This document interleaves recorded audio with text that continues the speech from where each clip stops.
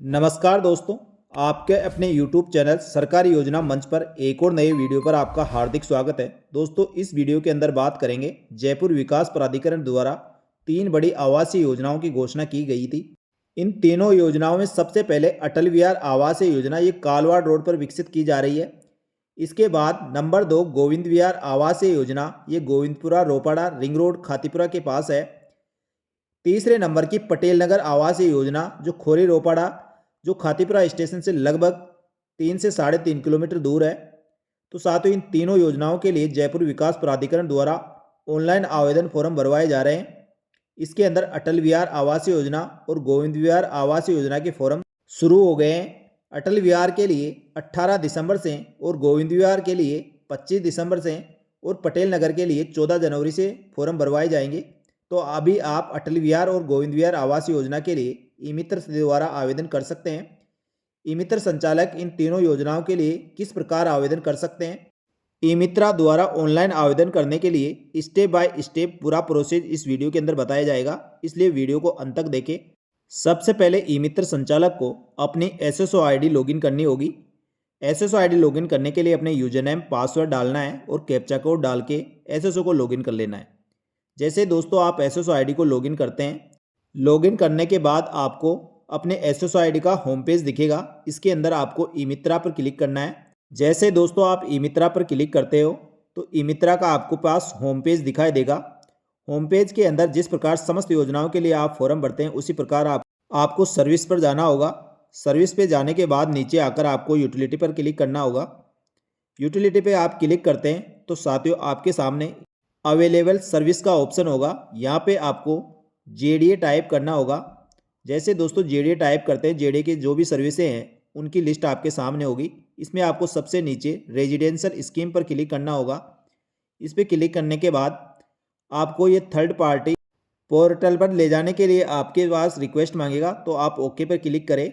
जैसे दोस्तों इस पर क्लिक करते हैं तो आपको जयपुर विकास प्राधिकरण की ऑफिशियल वेबसाइट पे जहाँ पे ऑनलाइन आवेदन भरना है उसका लिंक आपके सामने आ जाएगा और वेब पेज खुल जाएगा। यहाँ पे आपको सबसे पहले एप्लीकेंट का नाम लिखना है, नीचे मोबाइल नंबर डालना है। जैसे दोस्तों नाम और मोबाइल नंबर डालने के बाद आपके मोबाइल नंबर पर एक ओटीपी भेजी जाएगी। ओटीपी एंटर करने के बाद इस प्रकार का फॉर्म खुलेगा। इस फॉर्म के अंदर सबसे पहले एप्लीकेंट का नाम होगा जो ऑटोमेटिक आ जाएगा। उसके बाद आपका फादर या हस्बैंड का नाम यहाँ पे डालना होगा। इसके बाद जेंडर आपको सेलेक्ट करना होगा। इसमें 3 ऑप्शन दिए गए, मेल, फीमेल, अदर। तो आप जिससे संबंध रखते हैं उसको सेलेक्ट करें। उसके बाद आपको अपना परमानेंट एड्रेस डालना होगा। परमानेंट एड्रेस के बाद पिन कोड डालना होगा। यदि परमानेंट एड्रेस और नीचे पोस्टल एड्रेस आपका सेम है तो सेम पर क्लिक कर दे तो वैसे के वैसे नीचे फिल होके आ जाएगा। इसे दोबारा भरने की आवश्यकता नहीं होगी। इसके बाद आपका मोबाइल नंबर जो आपने भरा था वो आ जाएगा और मोबाइल नंबर के बाद आपकी मेल आईडी टाइप करनी है। मेल आईडी भरने के बाद या कैप्चा कोड कैलकुलेशन करके आपको एंटर करना है और नेक्स्ट पर क्लिक करना है। नेक्स्ट पर क्लिक करने के बाद इस प्रकार का पेज आपको दिखाई देगा। इस पेज में योजना का नाम आ जाएगा जिस योजना के लिए आप आवेदन कर रहे हैं और कहाँ पे वो योजना है, और साथ ही दोस्तों योजना का नाम के साथ इसकी फॉर्म भरने की तारीख क्या है, लास्ट डेट क्या है और लॉटरी डेट क्या है, यानी लॉटरी कब निकलेगी। इसके बाद आपको सेलेक्ट पर क्लिक करना होगा। जैसे आप सेलेक्ट पर क्लिक करते हैं तो अगला पेज आपके सामने होगा। इसमें जयपुर विकास प्राधिकरण की आवासीय योजना, जो भी आवास योजना होगी उसका नाम आ जाएगा। इसके अंदर आपकी जो कैटेगरी है उसमें आपको आवेदन करना है। इसमें बहुत सारी कैटेगरी दी गई है। सेंट्रल गवर्नमेंट के कर्मचारी है या स्टेट गवर्नमेंट के, एसटी कैटेगरी संबंध रखते हैं एससी से, या भूतपूर्व सैनिक, दिव्यांगजन या अनरिजर्व कैटेगरी, बहुत सारी कैटेगरी है। जिस कैटेगरी से आप संबंध रखते हैं उसको सिलेक्ट करना होगा। आगे आपको इनकम ग्रुप सेलेक्ट करना होगा। जो आपकी इनकम ग्रुप है, ये जो वार्षिक आपकी इनकम होगी 2023-24 के आधार पर, उसके आधार पर आपकी इनकम मांगी गई है। तो जिस इनकम ग्रुप में आप आवेदन करेंगे उसके अनुसार नीचे उसकी लिस्ट आ जाएगी। लिस्ट के अंदर आपको योजना का नाम, कहाँ पे योजना लोकेटेड है उसका, और कौन सी कैटेगरी में आप एप्लीकेबल हो, उस कैटेगरी में टोटल कितने प्लॉट है और उसकी पंजीकरण शुल्क क्या है और नीचे प्रोसेसिंग फीस क्या लगेगी, वह सब आपको इसमें दिखाई देगा।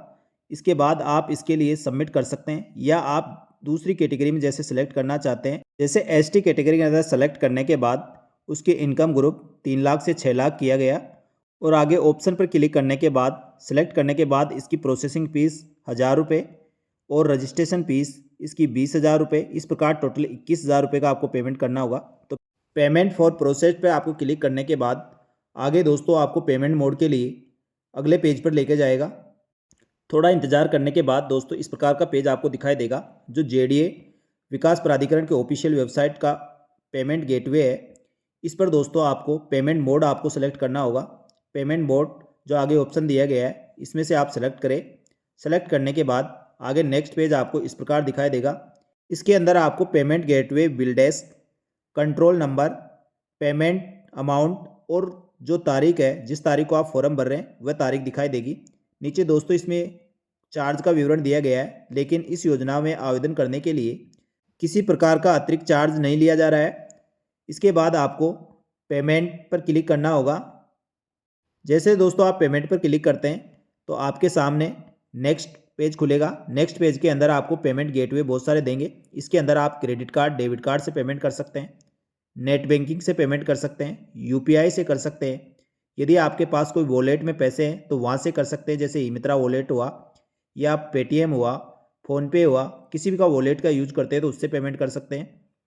और आप क्यूआर कोड के माध्यम से डायरेक्ट भी इसके लिए पेमेंट कर सकते हैं। तो ई-मित्र संचालक अपने वॉलेट से पेमेंट कर सकता है या कस्टमर के क्रेडिट कार्ड, यूपीआई पिन या उसकी क्यूआर कोड स्कैन करवाकर पेमेंट कर सकते हैं।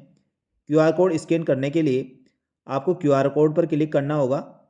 जैसे दोस्तों क्यूआर कोड पर क्लिक करते हैं तो भीम यूपीआई पर आपको क्लिक करना होगा और नीचे क्यूआर कोड पर क्लिक करने के बाद क्यूआर कोड आपके सामने इस प्रकार दिखाई देगा। इस पर आप स्कैन करके और कस्टमर के खुद के अकाउंट से स्कैन करवा के आप पेमेंट कर सकते हैं।